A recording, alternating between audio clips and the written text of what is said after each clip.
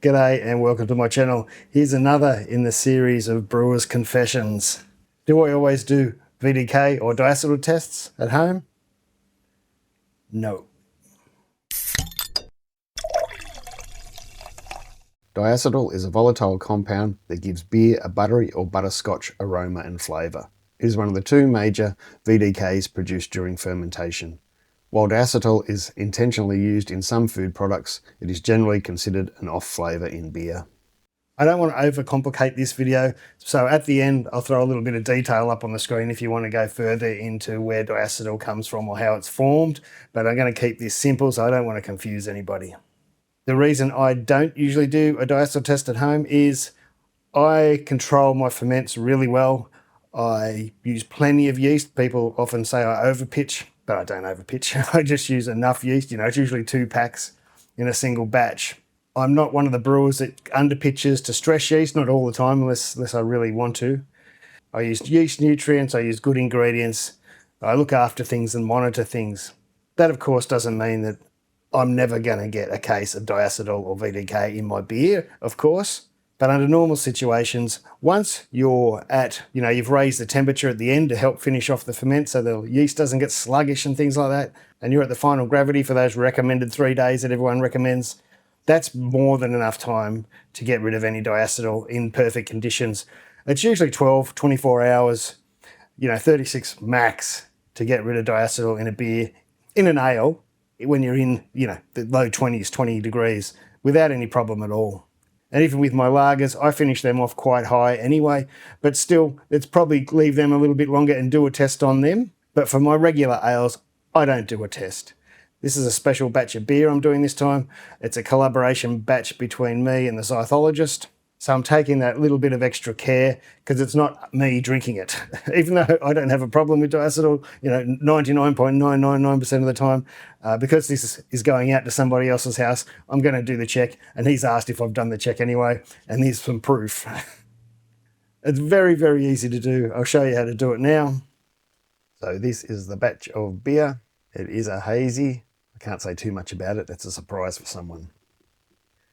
So I just take the samples. I'm using these little blanks, PET bottle blanks, but you can use anything that can handle 60 to 65 degrees is what we need to heat up the sample to.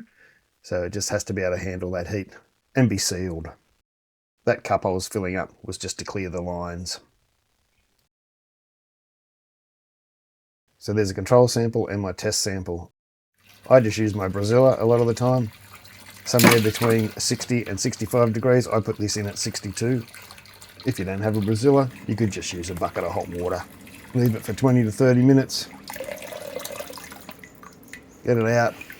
Now you want to get those 2 samples back to a temperature where you can taste it comfortably and they're at the same temperature. And I have my fermenter fridge here set at 20 degrees. I put it down to 18, just so I knew the cooling would kick in. And I also turned the fan on so the fan was on all the time. That just gives good air circulation and helps them to cool down. If you do notice the bottom of the fridge does look a bit grubby, but I just trubed off and I hadn't cleaned up yet, which you can see here. Warming speeds up the chemical conversion of the precursor compounds into diacetyl. During normal fermentation, yeast reabsorbs and reduces diacetyl into compounds that are flavourless. But if any remains, it can later oxidize into diacetyl. By warming the sample, you force this potential diacetyl to appear quickly so you can smell or taste it and know whether more conditioning is needed before packaging.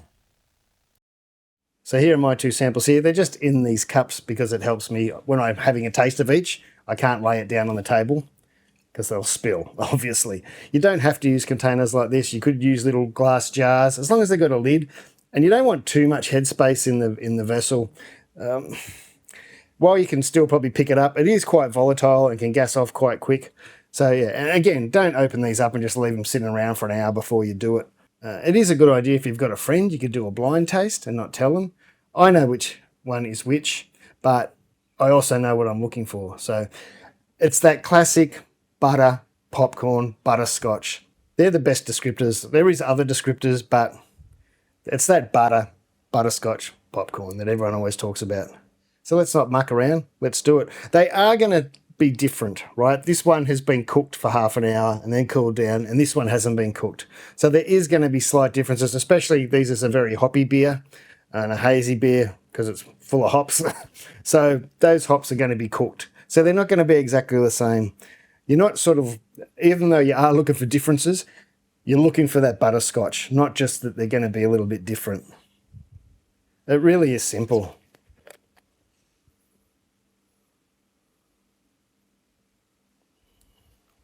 I don't think there's any in that already, but I'll go back to the control. Yeah, that's still got the hops there much better. That's hoppy.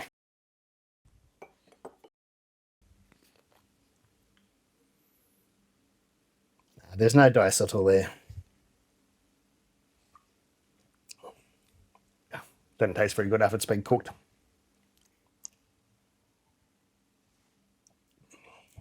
But I'm not picking up diacetyl, and that's all I'm looking for in this test. There's no strong butter, popcorn, butterscotch, anything. So bang, that's done, ready to cold crash. So while it's quite a simple test, yeah, I don't do it all the time. But if it's a special beer, you might do it for a competition if you're really worried. But as I said, if you're at final gravity at a nice temperature with your yeast, you know you've had a nice healthy ferment and it's been 3 days, you usually got nothing to worry about. But it never hurts. And if you were commercial, you'd do it every batch. Thanks for watching. Like, subscribe, share, consider joining or having a look at my Patreon channel, please. You'll find lots of different videos there, uncut videos, extended brew day videos, all that sort of thing. Cheers. Oh, I can't drink this. Cheers. I can drink it. I'll drink the control. It needs to be cold crash though. It's a hazy. It's got a lot of hop matter in it. But I'm happy that I can start cold crashing that today. Cheers. Diacetyl is mainly produced through the yeast cell trying to make the amino acids valine and leucine. Anything that increases the need for the cells to produce those amino acids will drive diacetyl production. The main yeast factors that correlate with higher diacetyl production are lower fan amino acid content in the wort, resulting in amino acid synthesis by the yeast. More divisions growth required by the yeast cells as a result of underpitching. So use the right nutrients and pitch the right amount of yeast.